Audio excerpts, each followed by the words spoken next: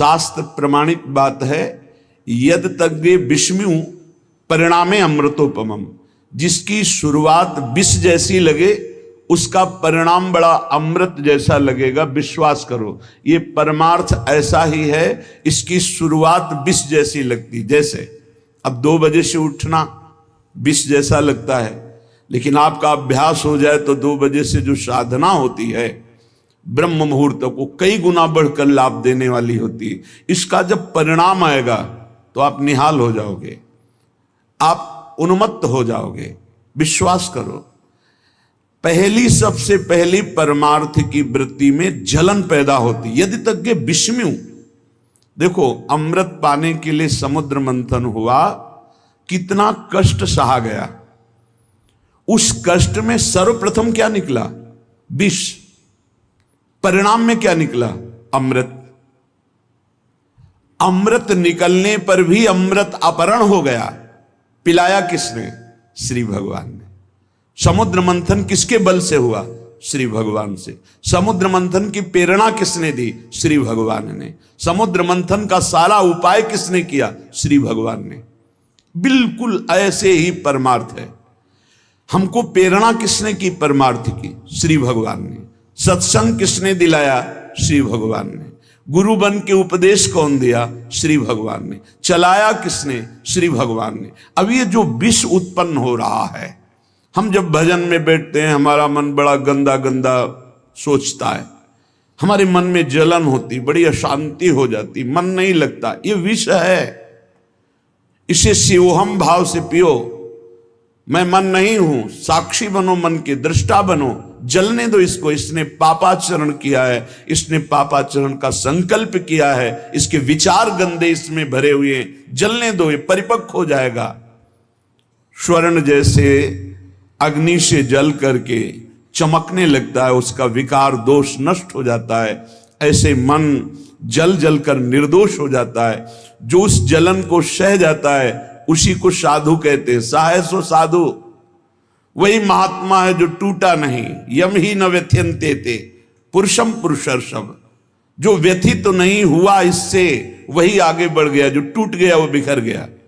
तो भगवत मार्ग में ये जलन है, तो संसार मार्ग में ये तो ज्वाला है, और बराबर ज्वाला है। इसमें तो अग्रे शुरुआत में केवल जलन है, बाद में परमानंद है, और इसमें शुरुआत में थोड़ा आनंद जैसा लगता है। यद तज्ञ अमृतोपमम परिणामे विष्णु। यह है रजोगुण संसार का मार्ग। इसमें भोगों में तत्कालिक सुख लगता है, लेकिन परिणाम बड़ा भयंकर विश्वत होता है। परमार्थ में प्रारंभ में विश्वत लगता है, लेकिन अंत में इसका जो परिणाम वो महाअमृत में। परमार्थ शुरुआत में विष जैसा लगता है। इसलिए समझिए, श्रीपाद प्रबोधानंद जी महाराज बड़े विज्ञ महापुरुष हैं, प्रेमी महापुरुष हैं। वो कह रहे हैं, घोरा मापद मत्र संपद मिवा वज्ञांच सनमानव। हे भाई, यदि तुम वृंदावन वास कर रहे हो, भगवत मार्ग में चल रहे हो, आराधना प्रारंभ की है, तो आपदा अंदर की और बाहर की जलन को सह जाओ। संपत्ति मानकर सहत सहत बाढ़े भगति गृह तन गुरु हित गार। जो सह गया, अपने जीवन को गुरुदेव के चरणों में निछावर कर दिया, वो महासंपत्ति प्राप्त कर ली। दंपति संपत्ति पाई है, श्री श्यामा श्याम रूपी संपत्ति मिल जाएगी। और इस मार्ग में जब चलोगे आप, तो तुम्हें सपोर्ट देने वाला कोई नहीं मिलेगा, भगवान और भगवान के प्रेमी संत जनों के सिवा। अब भगवान तो अव्यक्त हैं, प्रगट में तो प्रारंभ में हाथ पकड़ते हुए नजर नहीं आते, होता उन्हीं का बल है, पर अव्यक्त रहते हैं। दूसरी बात, संत जन जो सहयोग करने वाले हैं, तो जिनमें सहयोग की सामर्थ्य होती है वो निरपेक्ष रहते हैं, और जिनमें सामर्थ्य नहीं होती उनके संग से हमारा साधन बिगड़ जाएगा। बड़ी समस्या है। इसीलिए कहा, इस मार्ग में साथी कोई नहीं होता। आपको श्रवण करके, आपको शास्त्र के वाक्य पकड़ करके अपनी अनुभूतियों के बल पर इस मार्ग में चलना होगा। चल चला चल राह में अनुभूतियों का ले सहारा, कौन तेरा साथ देगा, व्यर्थ में किसको पुकारा। एक गंगा किनारे एकांत स्थल में जब टिके हुए थे तो एक विक्षिप्त से ऐसे दिखाई दे रहे थे, उन्मत्त, ऐसा लग रहा था कि ये पागल हैं। खंडेर था वहां, कुछ समय तक रुके निम्बुआ घाट के पहले। वो अचानक, वो विक्षिप्त नहीं थे, उन्मत्त नहीं थे, ब्रह्मानंद को पान किए हुए महापुरुष थे, पर वो आचार ऐसे कर रहे थे। दो प्रकार के महापुरुष होते, एक आचार्य कोटि के और एक अवधूत कोटि के, जिनको पहचानना बड़ा कठिन है। अवधूत कोटि के महापुरुष अपने को बालवत ऐसे रखते हैं, कोई जान ना पावे, तो ऐसे ही थे वो। जब पास बैठे तो उन्होंने करुणा करके उपदेश किया कि नई अवस्था है, परमार्थ में चल रहे हो, किसी का सहारा मत रखना, कोई सहारा देने वाला नहीं, अव्यक्त सत्ता केवल सहारा देगी बस। तो उन्होंने ये पद सुनाया था, हमें पूरा याद नहीं, बहुत सुंदर सुंदर शब्द थे, बस उसकी पहली पंक्ति याद। चल चला चल राह में, अनुभूतियों का ले सहारा, कौन तेरा साथ देगा, व्यर्थ में किसको पुकारा। चल चला चल राह में, अपनी अनुभूतियों का सहारा, एक एक कदम में जो भगवत अनुभूति हो रही, जो उनकी कृपा हो रही, जो हमें संभाल रहे हैं, हमको उसका आदर करना है, बार बार स्मरण करना है कि मेरे ऊपर हरिजू की, गुरु जी की अपार कृपा है। तो आपदा को, विपत्ति को, असुविधा को, दुख को हमें गले लगाना है, हम परमार्थ के पथिक है।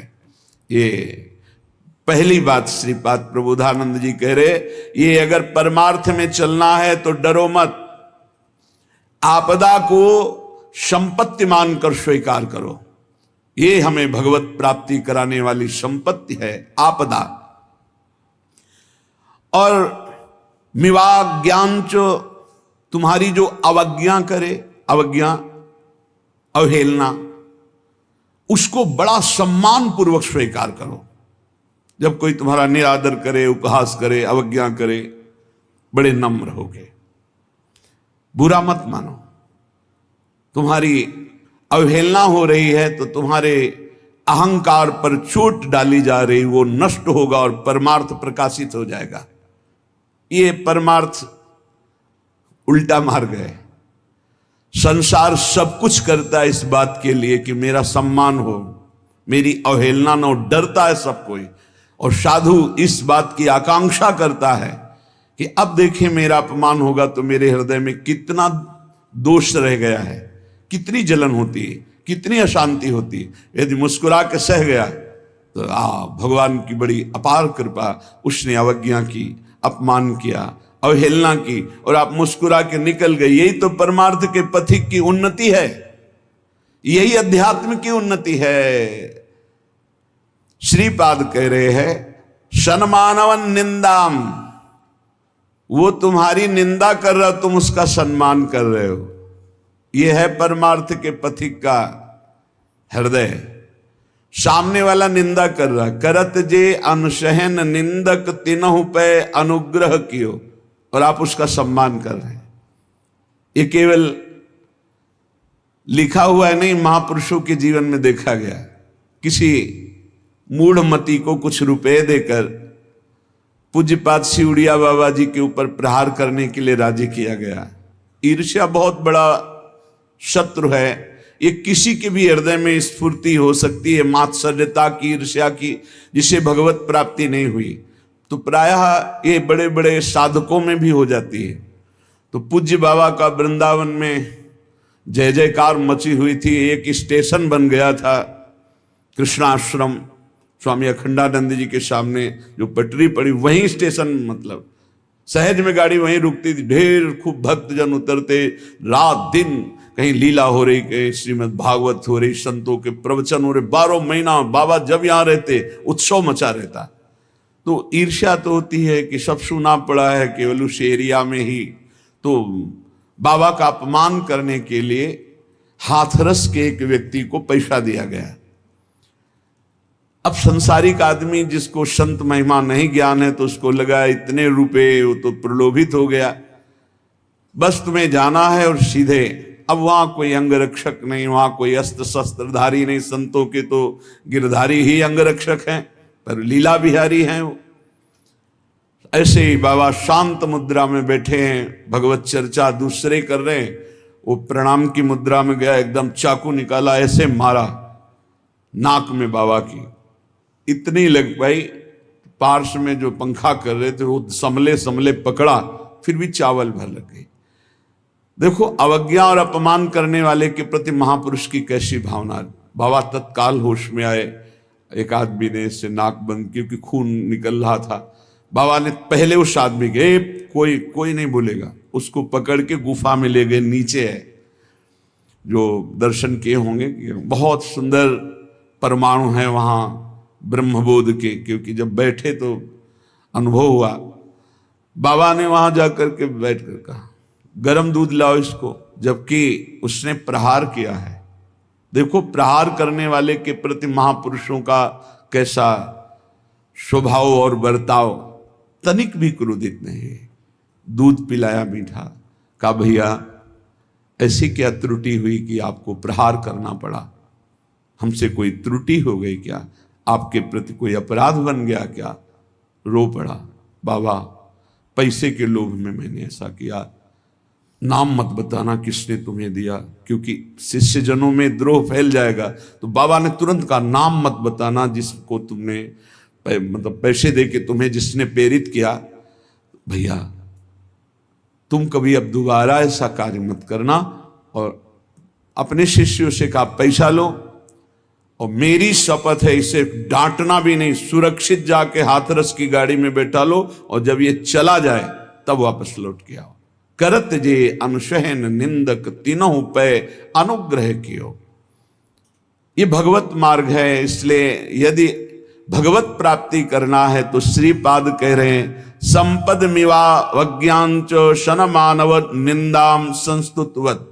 अवज्ञा अपमान और निंदा को सम्मान और स्तुति के समान मानकर सह जाओ। सखी निरिपुन्नैः स्वम महामूर्तिवत। यदि तुम्हारे प्रति कोई बहुत प्यार का व्यवहार करता है, देखो उल्टा है यहां मार्ग, तुम्हें बहुत प्यार करता है तो तुम्हारे भौं चढ़ जानी चाहिए। क्या है? क्यों बार बार देख रहे हो? क्या है? जब हम कह रहे भजन करो जा, क्यों बात कर रहे हो? वो प्यार कर रहा है, सखी नहीं हुआ, वो सख्य भाव, वो मित्रता, वो प्यार कर रहा है। आपकी उदासीनता और आपका दर्शन ऐसा होना, रिपुन नहीं, उल्टा। आपकी निंदा कर रहा है, अवज्ञा कर रहा है, अपमान कर, आप उसे दुलार कर रहे हैं, आप उसका सम्मान कर रहे हैं। आपको जो प्यार कर रहा है आप उससे तिरछी चितवन से देख रहे हैं, आप कठोर शब्दों से बोल रहे हैं। परमार्थ का विषय कैसे कोई सह पाएगा इस बात को? हमारा अपमान करे उसे हम प्यार से देखें, हमें जो प्यार से देखे हम उसे कठोरता सा बरताओ, बोले यही परमार्थ की। क्यों? फंस जाओगे।